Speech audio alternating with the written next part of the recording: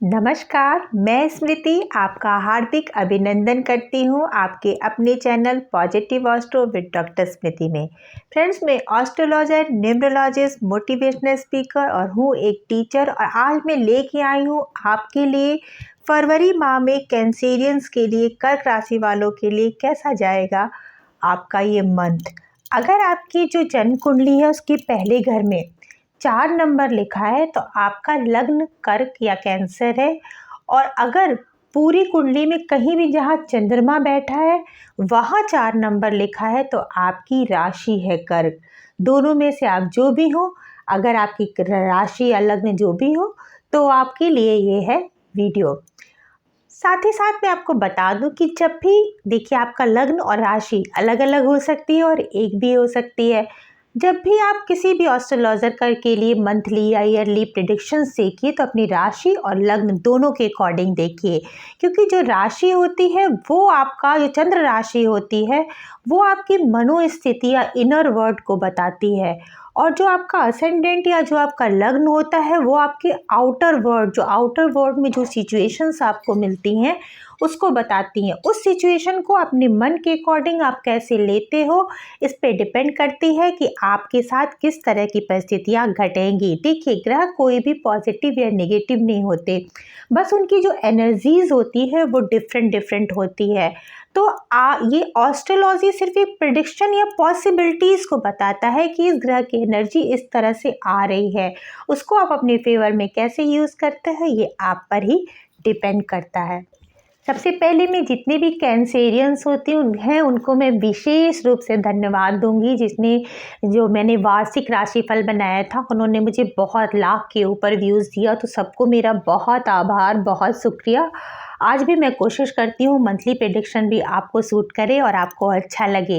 देखिए, जो अगर आपने मेरा पिछला वीडियो नहीं देखा, जो मेरे नए व्यूअर्स हैं वो अगर देखना चाहें तो वार्षिक रूप में जो मैंने बनाया है वो प्लेलिस्ट में एस्ट्रोलॉजी सेक्शन में कैंसर डालेंगे 2023 तो आपको मिल जाएगा मेरा वो वीडियो।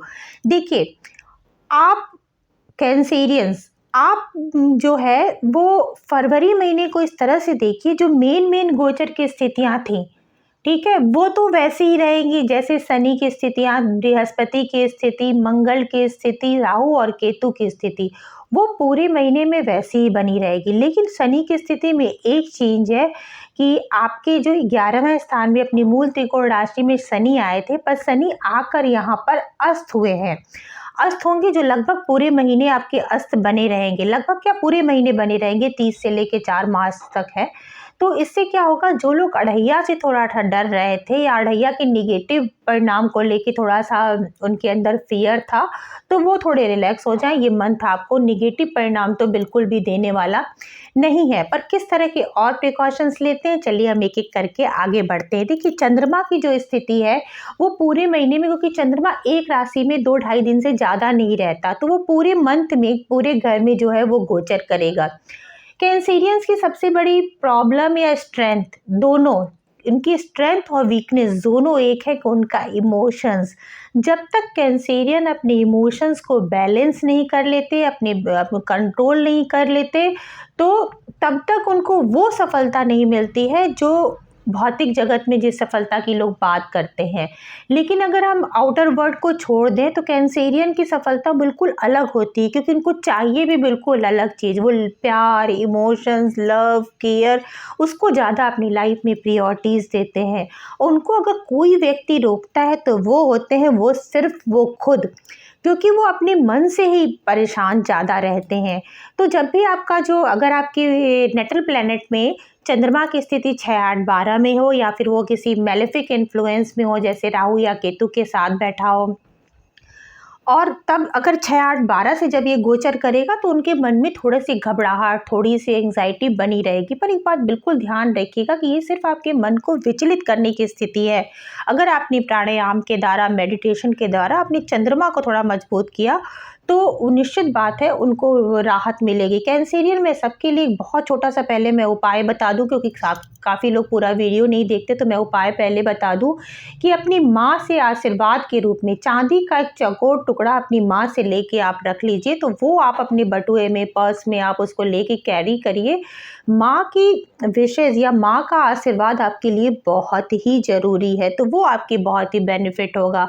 तो बाकी तो आपके नेटल प्लैनेट के दान वगैरह तो आप अपने नेटल प्लैनेट के अकॉर्डिंग करेंगे, पर ये जो ऐसी रेमेडी हो जो सबके लिए अच्छा है। फिर रिस्पेक्ट करिए माँ का, बड़ी बहन का, स्त्रियों का, और फूड भी आप छोड़िए मत या वेस्ट मत करिए। तो ये आपके लिए निश्चित बात है, पूरे साल या हमेशा ही आपके लिए बहुत ही बेनिफिट होगा। चलते हैं हम लोग कि क्या स्थितियाँ बन रही हैं आपकी। देखिए, बुध जो है वो 6 तारीख तक आपके छठे घर में बने रहेंगे। बुध क्या है आपकी कुंडली में, इसके लिए देखिए तो बुध आपकी कुंडली में आपके तीसरे स्थान के स्वामी है और आपके 12वें स्थान के स्वामी हैं। तो 12वें और तीसरे के स्वामी होके ये 6 तारीख तक आपके जो है छठे घर में विराजमान रहेंगे। छठे घर में कोई सॉफ्ट प्लैनेट बहुत अच्छा रिजल्ट नहीं देता, लेकिन जो लोग जैसे वकालत से जुड़े हुए हैं, लॉयर है या फिर किसी लीगल उसमें जुड़े हुए हैं, कम्युनिकेशन से जुड़े हुए हैं, व्यापार से जुड़े हैं, उनके लिए ठीक ठाक स्थितियां बनी रहेंगी। लेकिन ज़्यादा स्थिति अच्छी तब आएगी जब ये जाएंगे 7 तारीख से सप्तम स्थान में आपके सूर्य जाएंगे और वहाँ पे बुध जाएंगे, जहाँ पे सूर्य जो है पहले से ही विराजमान है मकर राशि में। अगर आपने मेरा वीडियो नहीं देखा हो कि मकर से सूर्य का क्या इफेक्ट, तो आप जाके देख सकते हो। तो यहाँ पहले से सूर्य जो है आपके यहाँ पर सप्तम स्थान पे बैठ के आपके दाम्पत्य संबंधों में तो थोड़ा खटास ला रहे हैं, परंतु पार्टनरशिप, नेम, फेम, पब्लिक के सामने आपके ओपिनियन में, पब्लिक के सामने आपके जो इमेज को जिन बूस्ट अप कर रहे हैं और आपके कॉन्फिडेंस को भी इंक्रीज कर रहे हैं, तो वो स्थिति आपकी बनी रहेगी। क्योंकि सूर्य जो है आपके 13 फरवरी तक आपके बने रहेंगे सप्तम स्थान में, तो ये स्थिति आपकी शुभ बनी रहेगी। बाद में वो अष्टम स्थान में गोचर करेंगे। बुध जो है लगभग पूरे महीने 26-27 तारीख तक, ये जो 7 तारीख के बाद आपके सप्तम स्थान में बने रहेंगे, जो एक अच्छी स्थिति है। और आपके लग्न पे प्रभाव, लग्न पे उनकी दृष्टि जाएगी, तो लग्न पे उसकी दृष्टि है, आपकी कम्युनिकेशन स्किल को बढ़ाएगी। आप थोड़ा सा मेटेलिस्टिक तरीके से सोच पाओगे, क्योंकि बुध की जो राशि होती है वो व्यापार की राशि होती है। और तृतीयेश जो होता है लग्न स्थान में जाएगा, व्ययेश जो होगा वो लग्न स्थान में जाएगा। तो दोनों की जो स्थितियाँ बनेंगी वो जो है आप खुद पे व्यय करोगे ना, तो खुद के लिए आप काम करोगे, आपकी कम्युनिकेशन इम्प्रूव होगी, आप खुद के लिए कुछ खर्च करोगे। तो ये स्थिति आपके लिए फेवरेबल होगी लगभग। और व्यापार में जो लोग हैं, तो व्यापारियों के लिए भी अच्छा समय आएगा, आपके बिजनेस पार्टनर के लिए भी अच्छा समय आएगा। और सूर्य जो है बुध के साथ जो है उसको अस्त का दोष नहीं लगता, तो वहाँ पर सूर्य की एनर्जी लेकर आपके अंदर स्पार्क में वृद्धि करेगा। लेकिन पार्टनर के साथ हो सकता है थोड़ा ईगो में क्लैश हो, तो उसका आप लोग विशेष रूप से ध्यान दीजिएगा। फिर अगर हम लोग देखें कि बाकी शुक्र की स्थिति आपकी, तो सूर्य, शुक्र और शनि ये जो है बहुत दिनों बाद जो है ये इकट्ठे हुए हैं। वो बाकी राशियों के लिए ज़्यादा फेवरेबल है क्योंकि वो अच्छे स्थानों में पड़े हैं, आपके अष्टम स्थान में है। लेकिन अष्टम स्थान में शुक्र को दोष नहीं लगता, और अष्टम स्थान में शनि जो है कारकत्व है लंबी आयु का, तो आपकी आयु में वृद्धि और आपके स्वास्थ्य में सुधार। लेकिन शुक्र यहाँ पे कहीं ना कहीं वो जो है आपकी जो लोग मैरिड हैं उनको उनके ससुराल पक्ष का भी कारक है। तो ससुराल पक्ष से कई लोगों को इनहेरिटेंस प्राप्ति हो सकती है। जिन लोगों की जो हिडन रिलेशनशिप है वो भी इसमें काफ़ी अच्छे करेंगे, जब तक शुक्र यहाँ पे अष्टम स्थान पे आपके बैठे रहेंगे। 15 तारीख के बाद ये जो है वो मूव कर जाएंगे आपके भाग्य स्थान में। तो शुक्र की पोजीशन 15 तारीख के बाद आपकी ज़्यादा फेवर में आएगी, जहाँ पे गुरुदेव आपके भाग्य स्थान के स्वामी पहले से मौजूद हैं। तो यहाँ पे कुछ लोग जो हिडन रिलेशनशिप में हैं और उनके रिलेशन जो है वो सोशल प्लेटफॉर्म में वो शो नहीं कर सकते, उनके लिए अच्छा समय है।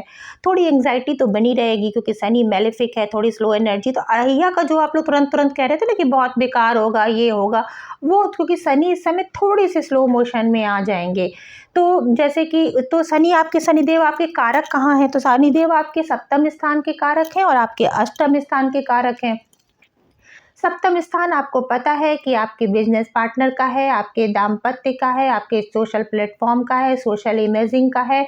और अष्टम स्थान आपके ससुराल से संपत्ति का है, समाधि का है और बीमा, इंश्योरेंस, इन सबों से प्राप्त धन का है। तो उसमें जो है, जो आपको मिलने वाला है, क्योंकि निश्चित बात है शनिदेव तो यहाँ बहुत लंबे समय तक बने रहेंगे, तो वो प्रोसीजर थोड़ा सा धीमे हो जाएगा, पर मिलेगा अवश्य। देखिए, शनिदेव अस्त भले हुए हैं लेकिन अपनी मूल त्रिकोण राशि में अस्त हुए हैं।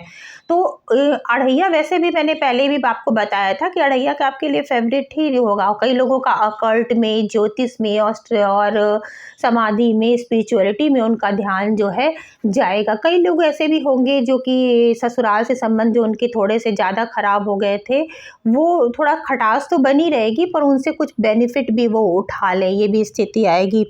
पति स्थान का स्वामी अपने से एक स्थान आगे गया है, तो वो पति से संबंध में भी अच्छे स्थिर है। कई लोगों के, कर्क वालों की देखिए शादी सबसे बड़ी समस्या होती है कर्क लग्न वालों के लिए, क्योंकि कई उनके शादी के योग ही बहुत कम बनते हैं। तो कई लोगों के तो जब शनि यहाँ पे 10 में विराजमान होंगे तो कई लोगों की शादी हो चुकी रहेगी, काफ़ी अच्छा समय था। तो इसमें भी आपको थोड़ा सा सन है, तो ईगो को अपने तब तक 13 तारीख तक तो बिल्कुल किनारे रखिए। 13 के बाद आपके जो सूर्य है वो आ जाएंगे अपने अष्टम स्थान में, जहाँ पे शनि देव पहले से विराजमान है। शनि और सूर्य जो है पिता पुत्र हैं और जिनमें थोड़ा सा बनती कम है। शुक्र के साथ शनि की युति थोड़ी सी कम दिन के लिए रहेगी, 2 दिन के लिए, क्योंकि 15 को यहाँ आएंगे, 13 तारीख को यहाँ आएंगे सूर्यदेव और 15 के बाद 16 तारीख से शुक्र जो है यहाँ मूव कर जाएंगे। तो 13, 14, 15 एक दिन और मान लीजिए 16, तो 13 से लेके 16 तक जिन लोगों को विशेष रूप से सावधानी रखनी है, ससुराल के संबंध में आपको थोड़ा सा ध्यान देने की आवश्यकता, जिनके हिडन रिलेशनशिप हैं उनको थोड़ा सा ध्यान रखने की ज़रूरत है कि वो सोशल प्लेटफॉर्म में किसी के सामने ना आने पाए। तो उसमें थोड़ा सा प्रिकॉशनरी आप स्थिति रखिए, क्योंकि होती है कभी कभी परिस्थितियाँ होती हैं, किसी को जज नहीं किया सकता, कभी कभी मजबूरी होती है कि अपनी रिलेशनशिप को आप पब्लिक प्लेटफॉर्म में नहीं बता सकते, या कुछ आपकी कुछ स्थितियां आपकी ऐसी बनती हैं, तो आप थोड़ा सा प्रिकॉशन लीजिए। तो आपके लिए ये स्थितियां 2-3 दिन का टाल दीजिए और ससुराल संबंध में बिल्कुल भी आप टालिए। स्पिरिचुअल ग्रोथ के लिए बहुत ही अच्छा समय है। इसकी जो दृष्टि जाएगी जो आपकी शुक्र की और सूर्य की और शनि की, तो ये जा रही है आपके द्वितीय भाव में। धन की स्थिति शुक्र की बनी हुई है, धनागमन बना हुआ है आपका, शुक्रदेव डाल रहे हैं। शुक्रदेव जब आपके भाग्य स्थान में जाएंगे तभी भी वो अच्छा देंगे। लेकिन कुछ लोग जैसे कि कुछ बीमारियों से बचिएगा, जैसे कि अगर आपको कुछ इंटरनल पार्ट्स में कुछ प्रॉब्लम हो रही है या चीज़ें हो रही है, कोई इन्फेक्शन हो गया, कोई तरह की चीज़ें हो गई हैं, तो उसमें आप ध्यान दीजिएगा कि डॉक्टर का कंसल्टेशन ज़रूर ले लीजिए, क्योंकि छोटी मोटी प्रॉब्लम्स आपकी आ सकती है। धन की स्थिति बनी हुई है, लेकिन सैटर्न की यहाँ पे जो दृष्टि हो गई है आपकी क्लोज कुटुंब के साथ थोड़ा सा तनाव दिखा रही है।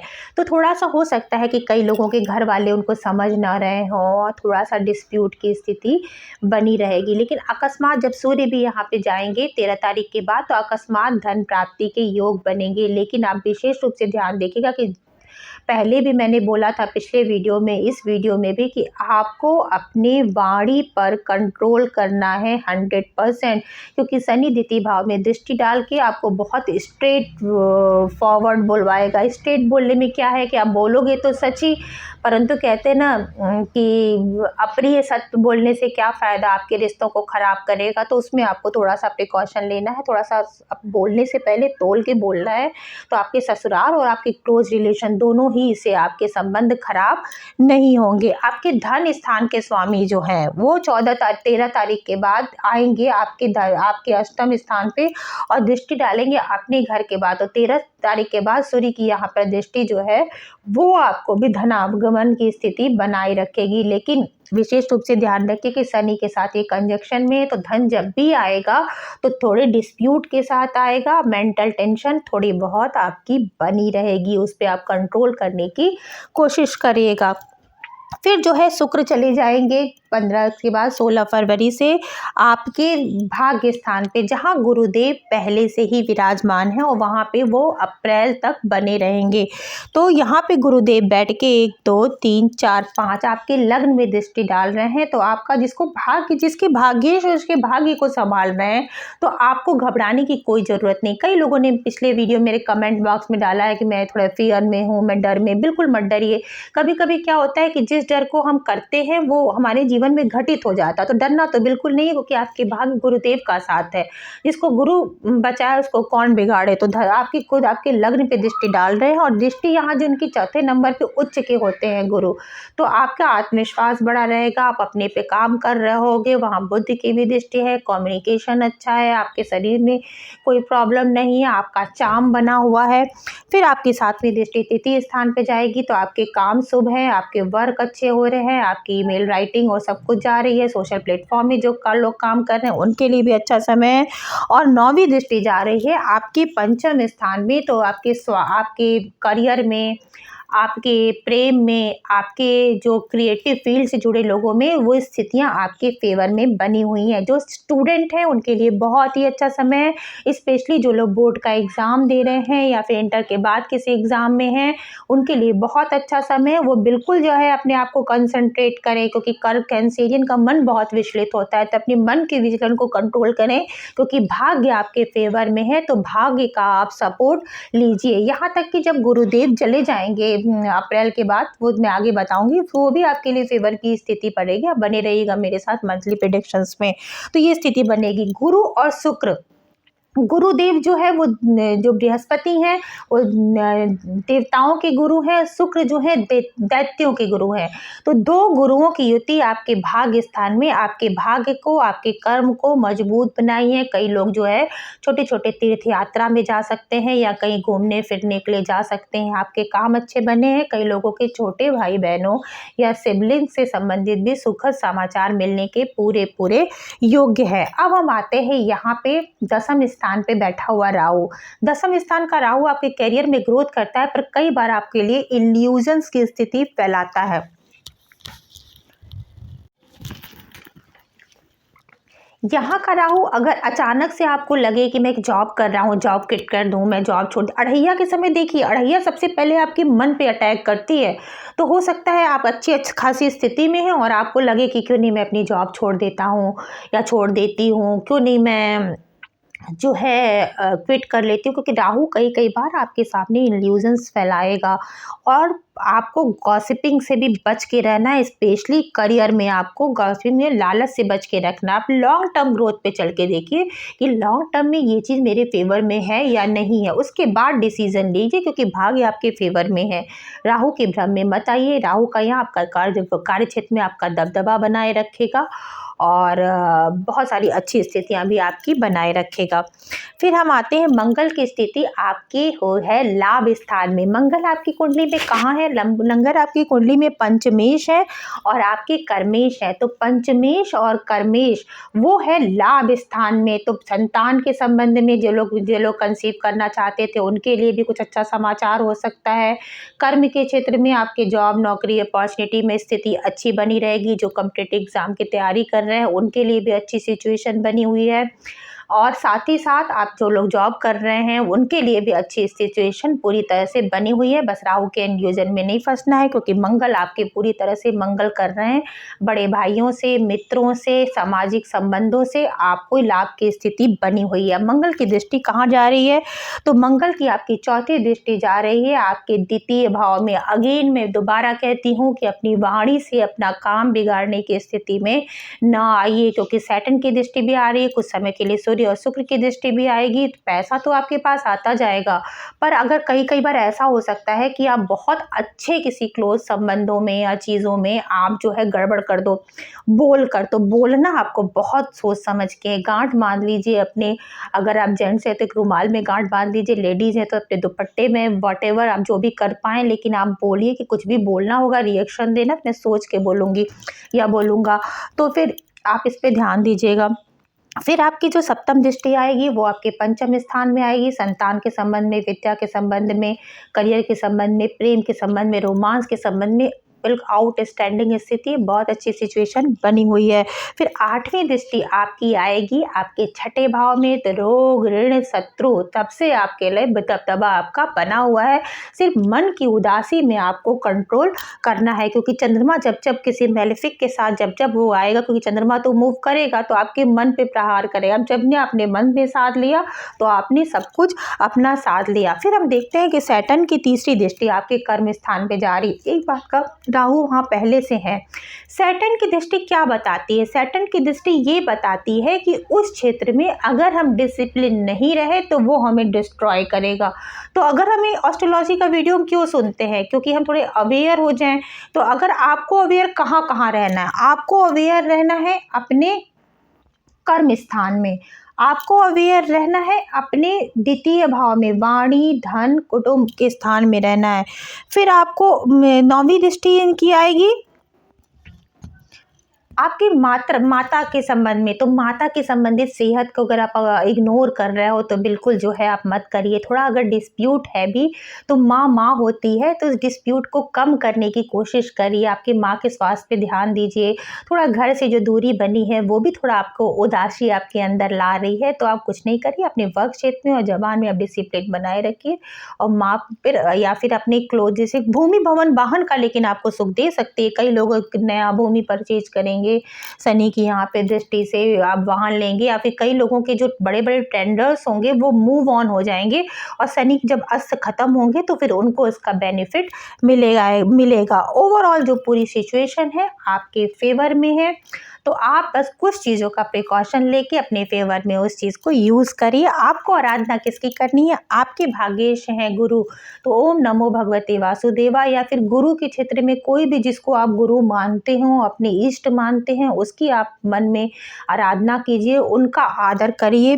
और अगर आपको किसी विशेष क्षेत्र में प्रॉब्लम हो रही है तो उससे संबंधित उपाय करिए। जैसे कि आपकी दशा अंतर्दशा मुझे नहीं पता कि क्या चल रही है, मान लीजिए राहु की चल रही है और आपका अच्छा चल रहा है तब तो ठीक है, लेकिन आपको बहुत घबराहट सी हो रही है, कार्य क्षेत्र में बहुत उठापटक हो रही है, तो आप प्राणायाम ब्रीदिंग एक्सरसाइज आप कर सकते हो। माँ के संबंध में स्थितियाँ, तो चूंकि केतु वहाँ बैठा हुआ है तो थोड़ा सा अगर डिस्ट्रैक्शन ला रहा है, दूरी बनाए है माँ के स्वास्थ्य में, अगर आपको दिक्कत आ रही है तो आप स्ट्रीट डॉग्स को, वैसे भी 2023 का जो टोटल नंबर 7 आ रहा है, तो स्ट्रीट डॉग्स को आप कुछ ब्रेड या मिठाई आप ब्रेड और बिस्किट आप खिला सकते हो, तो वहाँ पे भी ये स्थितियाँ अच्छी बने। अगर आपको अपने संबंधों में सुधार करना है तो वो तो स्थिति अच्छी बनी है। दाम्पत्य संबंधों में, जो लोग प्रेम संबंधों में उनकी स्थितियाँ अच्छी बनी। जो लोग दाम्पत्य संबंध में, उनके थोड़े ईगो क्लेशेस बने हुए हैं, तो ईगो पे आपके नियंत्रण रखना है। संडे को आपको नमक थोड़ा सा कम खाना है। तो आप जो आप हो, जो आपको चाहिए उसके अकॉर्डिंग आप प्रयास करिए। स्टूडेंट हो, चीज़ें अच्छी बनी है। मन भटकाव पे आपको स्टूडेंट को नियंत्रण रखना है। गुरुओं का आदर करिए, अपनी डिसिप्लिन रखिए, अपने आप को कंसंट्रेट करिए, क्योंकि आपके लग्न पे बृहस्पति की, बुद्ध की, सबकी दृष्टि आ रही है, तो आपकी सोच, आपका विजन सब जो है आगे की तरफ ही जा रहा है। बहुत अच्छी शुभकामनाओं के साथ कि आपका ये मंथ बहुत अच्छा बीते। मैं स्मृति आपसे विदा लेती हूँ, और अगर आपको ये मेरा वीडियो अच्छा लगा होगा तो प्लीज़ लाइक करिएगा, शेयर करिएगा, सब्सक्राइब करिएगा और मुझे बताइएगा कि ये वीडियो आपको कैसा लगा। नमस्कार।